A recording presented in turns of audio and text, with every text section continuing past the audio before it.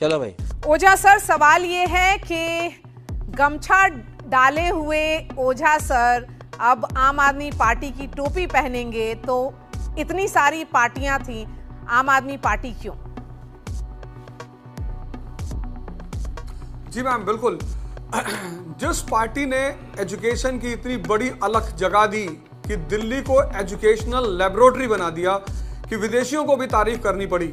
अरे बाबा! पहली चीज। और दूसरी चीज, इतना ससम्मान और प्रेम का निमंत्रण दिया, और वो भी इस आधार पे दिया कि हम चाहते हैं कि हमारी जो शिक्षा की विकास धारा है उसमें आप हमारे सहयोगी बने, तो फिर तो इधर आना ही था। क्या बात है सर, क्या बात, ये बात है। ओझा सर हमारे साथ यहाँ पे स्टूडियो में हैं आशुतोष और हर्षवर्धन त्रिपाठी, वो भी आपसे सवाल पूछेंगे। आशुतोष जी। ओझा जी, भारतीय जनता पार्टी क्यों नहीं ज्वाइन किया आपने? आम आदमी पार्टी के बारे में पिछले दिनों जो खबरें हैं वो कोई बहुत अच्छी खबरें तो है नहीं। उनके नेता लगातार जेल में गए, 1.5 साल जेल में रहे। आपको मन में कभी सवाल नहीं पड़ा हुआ कि हो सकता है भ्रष्टाचार के आरोप हैं, वो गंभीर आरोप हो, संगीन आरोप हो? सर, जेल में तो नेल्सन मंडेला भी रहे, महात्मा गांधी भी रहे। भाई साहब कुछ ज्यादा नहीं हो गया ये? और बड़े बड़े नेता रहे। पूरी हिस्ट्री जो भरी पड़ी है वो नेताओं के जेल जाने की हिस्ट्री भरी पड़ी है। तो जेल जाना मेरे ख्याल से ऐसा थोड़ी है कि जब तक जुडिशरी इस बात को निश्चित नहीं करती कि आदमी सही है या गलत है, तब तक तो हम उसे कुछ मान ही नहीं सकते। पर उनके खिलाफ, उन नेताओं के खिलाफ भ्रष्टाचार के आरोप नहीं थे, देशद्रोह के आरोप थे, सेडिशन के आरोप थे, अंग्रेजों से लड़ने के आरोप थे। मुझे नहीं लगता कि महात्मा गांधी के ऊपर कोई भ्रष्टाचार के आरोप लगे हो या नेल्सन मंडेला के ऊपर कोई भ्रष्टाचार के आरोप लगे हो। सर, आरोप लगाना तो आरोप तो कोई किसी पे भी लगा सकता है सर। आज की दुनिया में आप आरोप अगर लगाना चाहें तो आप किसी के ऊपर भी लगा सकते हैं, लेकिन क्या जुडिशरी उस आरोप को मानती है?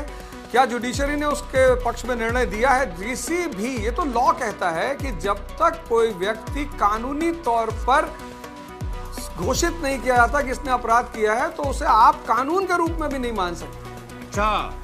जब चुनाव में कैंपेन करेंगे और अभी क्योंकि भाजपा बहुत सारे आरोप लगा रही है आम आदमी पार्टी पर, आम आदमी पार्टी अपना रिपोर्ट कार्ड लेकर जनता के पास जाएगी, तो कौन सा इशू आपके लिए प्राइमरी होगा? कौन सा चुनावी मुद्दा आपको लगता है वोट कैचर हो सकता है, जिसमें सिंसियरिटी भी दिखे? मैडम, मेरे लिए सबसे बड़ा मुद्दा होगा एजुकेशन। आज मैं कई सारे स्कूलों में गया, गवर्नमेंट स्कूलों में गया, और मैंने पहली बार लड़कों को बहुत अच्छे अच्छे सवाल करते हुए सुने हैं। तो मेरे लिए सबसे बड़ा मुद्दा होगा एजुकेशन। और यूपीएससी के बच्चों को कौन पढ़ाएगा अब? जी, मैं ही पढ़ाऊंगा। 4 AM से 6 AM तक क्लास चलेगी। वो मैंने पहले भी कर रखा था, अब भी जारी रखूंगा। तो आपने बता दिया उन लोगों को कि आप मतलब बता दिया था जब आपने प्लान किया था ये ट्रांजिशन? कल रात 8 बजे मेरी क्लास थी। जी नहीं, जब मैम कभी कभी परिस्थितिवश डिसीजन लेने पड़ते हैं। चलिए ओझा सर, आखिरी सवाल, आप चुनाव भी लड़ेंगे? जी। वाह।